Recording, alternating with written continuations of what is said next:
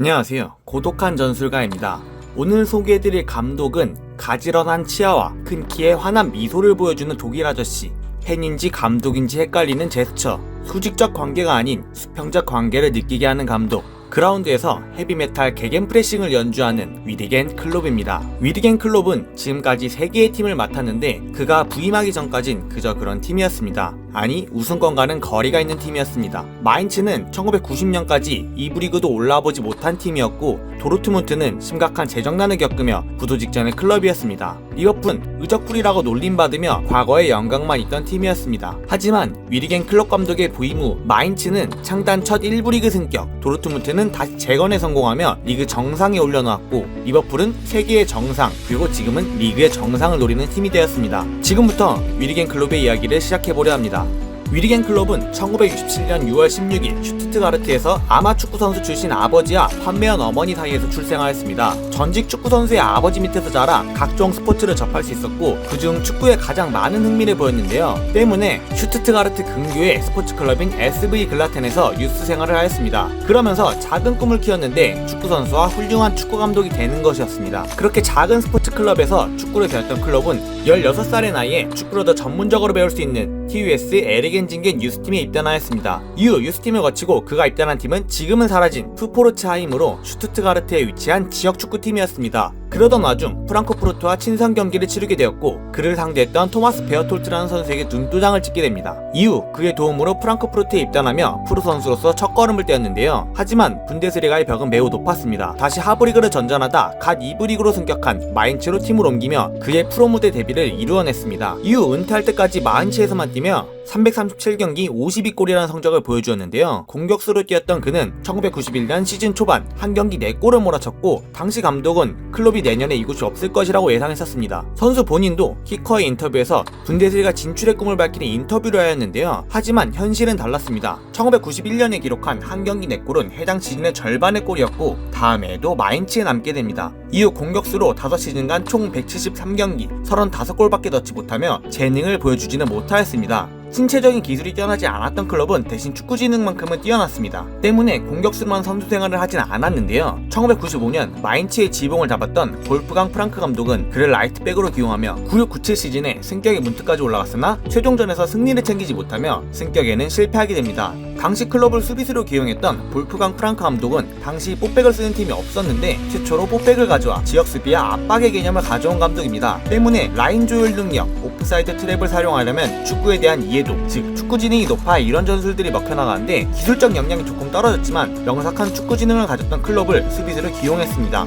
또한 세트피스 상황 시 클럽은 큰 키를 이용해 득점도 곧잘 해내었고 공격수부터 수비까지 해보았기 때문에 그라운드의 포지션에 대한 이해도를 넓힐 수 있는 계기가 되었습니다. 하지만 클롭은 본인이 대성할 선수는 아니라는 것을 알았고 때문에 마인츠에서 선수 생활을 하며 프랑크푸르트에 위치한 게트 대학교에서 스포츠과학 학위를 받으며 감독으로서 준비를 해나갔습니다. 이후 01-02 시즌이 끝난 후 감독 자리가 공석이 되었는데 하이델 국장은 프랑크 감독의 정신을 이어받고 훌륭한 리더십에 뛰어난 전술 이해도를 보인 클롭에게 선수 겸 감독이 될 것을 제안하게 됩니다. 두 가지 일을 병행하면 이도저도 되지 않을 것이라 판단했던 클롭은 과감하게 선수로서 은퇴하고 지도자로서의 길을 걷게 됩니다. 마인츠의 지휘봉을 잡은 클롭은 부임 첫 해부터 비록 1부 리그 감독은 아니었지만 2부 리그에서 꽤나 좋은 출발을 하였습니다. 하지만 번번이 승격 실패라는 고배를 마셔야 했는데요. 하지만 소규모 클럽이었던 마인츠를 승격권까지 올려놓으면서 팬들과 선수들 그리고 보드진에게도 많은 신임을 받았습니다. 이후 마인츠 감독이 된 3년차 03-04 시즌 드디어 승격을 이루어냈는데요. 마인츠는 역사는 매우 길지만 단 한 번도 1부 리그를 경험해보지 못하고 2부 리그도 1990년대에 올라온 매우 규모가 작은 클럽이었습니다. 때문에 승격을 한 03-04 시즌은 창단 99년 만에 이룬 쾌거였는데요. 이렇게 합류한 1부 리그에서 소규모 클럽이었지만 클럽 감독의 마인츠는 의외로 잘 버텼고 클롭은 유망한 젊은 감독으로 떠올랐습니다. 분데스리가 중위권 성적을 유지한 것뿐만 아니라 UEFA 페어플레이상을 통해 참가할 순위는 아니었지만 05-06 시즌에 UEFA 1차 예선에 합류할 수 있는 기회가 생겼고 조별 예선까지 통과하는 기염을 토했습니다. 하지만 아쉽게도 해당 시즌 챔피언인 세비야에게 32강에서 패하며 탈락을 하게 되는데요. 소규모 클럽의 성과치고는 대단한 활약들을 보여줬던 클롭에게도 시련이 찾아왔습니다. 바로 다음 시즌인 06-07 시즌 16위의 성적으로 강등을 당하고 마는데요. 팀에 대한 애정을 과시한 클롭은 마인츠에 남았으나 다음 해에도 승격이 실패하며 성적 부진의 문제로 자진사임하게 되었습니다.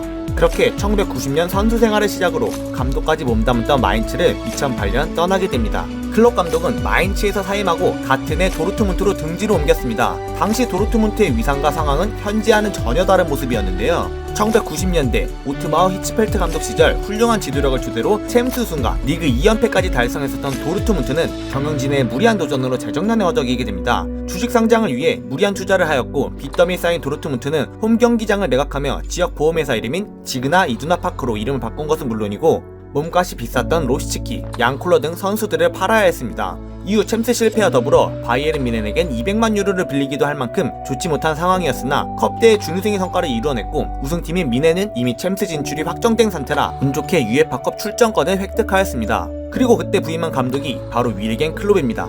클롭 감독은 소규모 클럽의 마인츠를 1부 리그 중위권까지 올려놓았고 선수진 구성과 영입을 저비용 고효율로 해내었던 감독이기에 보드진에게는 아주 매력적인 감독이었습니다.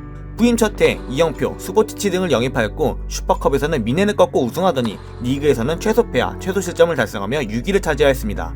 다음 해에는 5위권에 안착시켰고 바로 1011 시즌 카가와 신지, 누리사인, 피슈첼, 레반도프스키 등의 알짜 영입과 마리오 게체를 유스에서 콜업하여 스쿼드를 견고히 하였고 도르트문트는 리그 우승을 차지하며 2000년대 암흑기를 끝내었고 클롭은 세계적으로 이름을 알렸습니다. 이후 이 경기력은 쭉 이어져 리그 2연패를 달성하였고 1213 시즌 개간로 로이스를 영입하고 리그, 컵, 챔스에서 좋은 성적을 유지했습니다. 하지만 아시다시피 해당 시즌은 하인케스 감독이 뮌헨으로 트래블을 달성했던 시기라 무관이었습니다. 그래도 챔스 결승에까지 오르며 훌륭한 성적을 만들어냈는데요. 그렇게 시작된 1314 시즌 개체가 뮌헨으로 이적하였고 시즌 중 레반도프스키 선수가 뮌헨 이적 오피셜을 내면서 팀 분위기가 기울기 시작했습니다. 결국 리그 준우승의 성적표를 받았는데요. 그리고 도르트문트에서의 마지막 시즌인 1415 시즌은 강팀이 된 도르트문트를 상대로 상대팀들은 라인을 내리기 시작했고 게겐프레싱의 효과는 급감하였습니다. 레반도프스키 선수가 빠지며 강등권까지 갔다왔고 리그에서는 7위를 기록하였는데요. 게겐프레싱은 간파당했고 중위 선수인 레반도프스키 선수의 부재 그리고 주전 선수들의 부상 등으로 좋지 못한 시즌을 보낸 클롭은 결국 자진사임하며 7년간의 도르트문트 감독직을 내려놓았습니다. 당시 클롭의 도르트문트는 게겐프레싱 전술을 사용하였는데 게겐프레싱이라는 단어는 독일어의 게겐, 영어의 프레싱의 합성어로 상대의 공격에 대항해 바로 압박을 가한다는 뜻입니다. 경기당 120km라는 압도적인 활동량을 토대로 볼을 빼앗기면 바로 압박을 가해 공격을 시도하는 쇼크아우터 전술로 핵심 선수는 레반도프스키 선수였습니다. 탁월한 골 결정력과 신체적인 우월함을 통해 볼 소유가 능했던 레반도프스키는 전방으로 전달되는 볼을 지키면 주변 동료들이 빠르게 지연하여 골문을 노리고 중간에 공을 빼앗겼을 땐 밀고 올라오는 기세 그대로 볼을 재탈취해 바로 역습을 시도하는 전술이었는데요. 챔스 결승 시즌 1213 시즌 이후 도르트문트 상대로 아예 내려앉아버리는 팀들이 생기기 시작했고 볼을 탈취한 후 전방 롱패스를 통하여 압박을 벗어나기 시작했습니다. 때문에 전술적으로 역습이 시작했던 전술의 약점이 그대로 노출되었고 강팀의 경우 개인 기량으로 전방으로 배달된 볼을 어떻게든 지키며 공격을 시도했기에 게겐프레싱의 효율이 살아나지 않기 시작했습니다. 거기에 더해 전술의 핵심인 타겟맨 레반도프스키 선수가 떠나며 위력은 급감했습니다. 그렇게 독일을 떠나 현 레스터시티 감독인 브랜든 로저스 감독의 후임으로 2015년 10월 리버풀의 지휘봉을 잡게 되었고 시즌 중반 부임했음에도 유로파리그 준우승을 하는 등 당시 리버풀로선 좋은 성적을 유지했습니다. 물론 리그 6위였던 전 시즌에 비해 8위로 떨어졌지만 첫 시즌이었고 전술이 자리잡지 못했던 시기였으며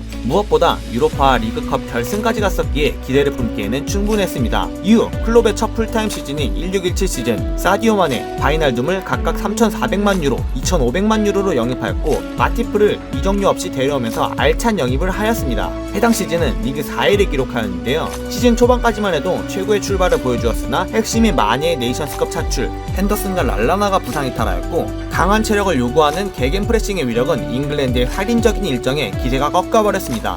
그럼에도 챔스권을 사수하였기에 나름 좋은 시즌을 보냈다고 생각합니다.